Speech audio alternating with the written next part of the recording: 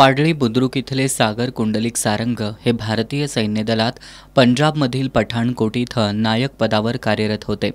कर्तव्यावर असताना त्यांचं आकस्मिक निधन झालं। सागर यांचे भाऊ संदीप हे त्यांना भेटण्यासाठी शुक्रवारी 17 ऑक्टोबर रोजी पठाणकोटला चालले होते। मात्र प्रवासातच त्यांना भावाच्या निधनाची बातमी समजली। आज सकाळी 7 वाजता सागर यांचं पार्थिव पाडळी बुद्रुक इथं आणण्यात आलं। त्यांच्या कुटुंबियांनी केलेला आक्रोश हृदय पिळवटून टाकणारा होता। जवान सागर यांच्या पार्थिवाची गावातून अंत्ययात्रा काढण्यात आली।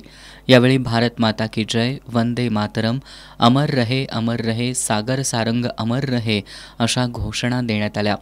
आमदार चंद्रदीप नरके, तहसीलदार स्वप्नील रावडे, करवीर पोलीस ठाण्याचे निरीक्षक किशोर शिंदे, सहाय्यक पोलीस निरीक्षक शंकर कळकुटे, सरपंच शिवाजी गायकवाड, नाईक सुभेदार आकाराम पाटील आदींनी सागर यांच्या पार्थिवाचं अंत्यदर्शन घेतलं।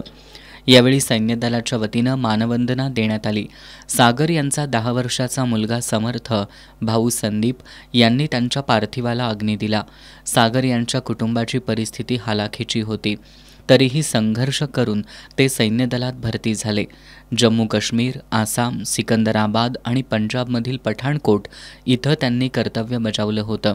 सागर यांच्या आकस्मिक जाण्यानं दिवाळी सणावेळी सारंग कुटुंबावर दुःखाचा डोंगर कोसळल्यानं पाडळी बुद्रुकसह परिसरातून हळहळ व्यक्त होतीये।